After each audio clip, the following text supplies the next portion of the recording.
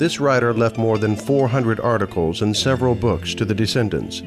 He wrote pamphlets in defense of the king and against the king. He published reports on plague, hurricane, and parliamentary sessions.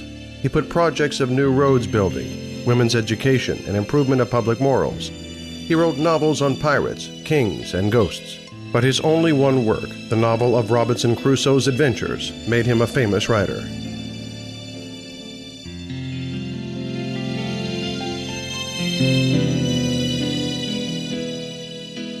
His ascendants, the Flemish businessman Defoe, had arrived in England towards the end of the 16th century. Gradually, they lost the preposition de and were named just foe by Englishmen. The writer was born in 1660 into the family of a butcher and candle factory owner James Foe in London. Till the age of 14, Daniel studied in the small Protestant boarding school near London. Then he entered Morton's Academy for dissenters. Here Defoe got education of the same caliber of Oxford and Cambridge universities. He learned several European languages, philosophy, history, geography, astronomy, and even stenography. Upon graduation from seminary, Daniel was a preacher for some time. Disappointed with that activity, he went to the sea and spent some years sailing.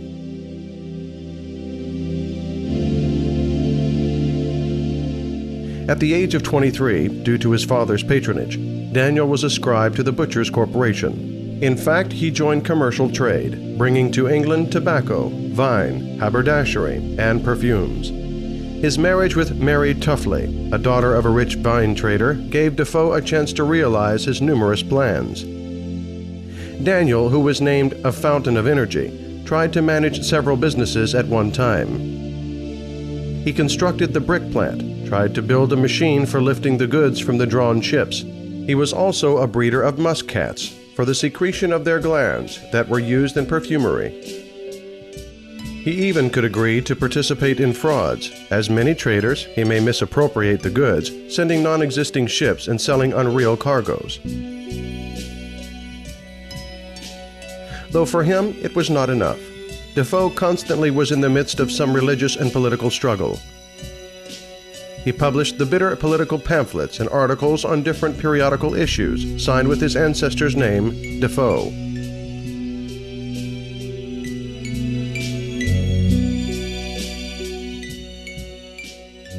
At the age of 32, Daniel Defoe went bankrupt. After some time, he became a tax collector and then a royal lottery manager. It was then that he issued a pamphlet, The Simplest Way to Get Rid of Dissidents, which offended many noble people's self-esteem.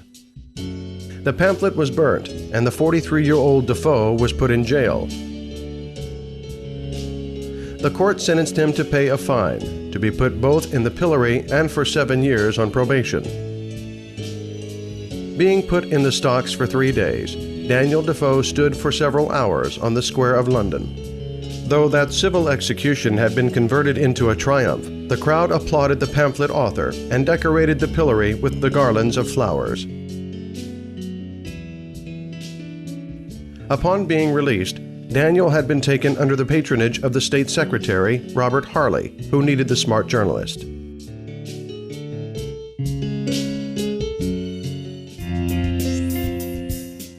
For almost 10 years, Defoe issued the newspaper Observer, and at that same time traveled around the country. He gathered the information for Lord Harley of public sentiments among English people. Yet the governmental job never saved Defoe from his enemies, who managed to imprison him very often. Defoe started his literary work at a late age. He was already 59 when he wrote his famous novel, Robinson Crusoe.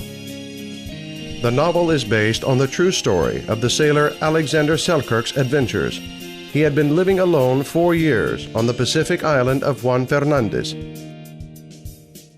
The writer used that story, but changed the hero's name, the time, and place. He made his character to live on the island for long 28 years. This novel brought the public confession to Defoe and is still being republished until now.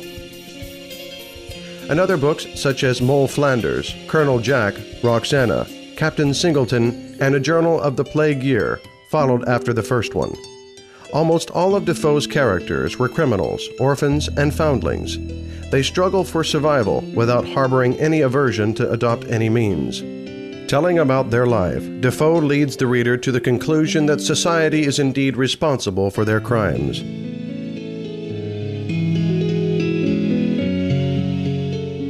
Defoe spent the last days of his life peacefully at his house.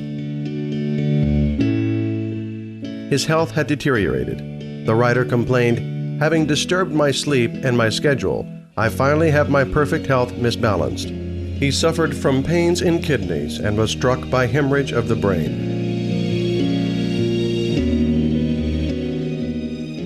On April 24, 1731, Daniel Defoe passed away.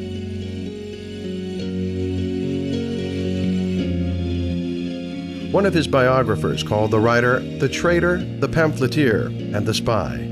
Another wrote of him, "Defoe was gifted from his birth. He was a brilliant investigator of the country's trade interests and of the people."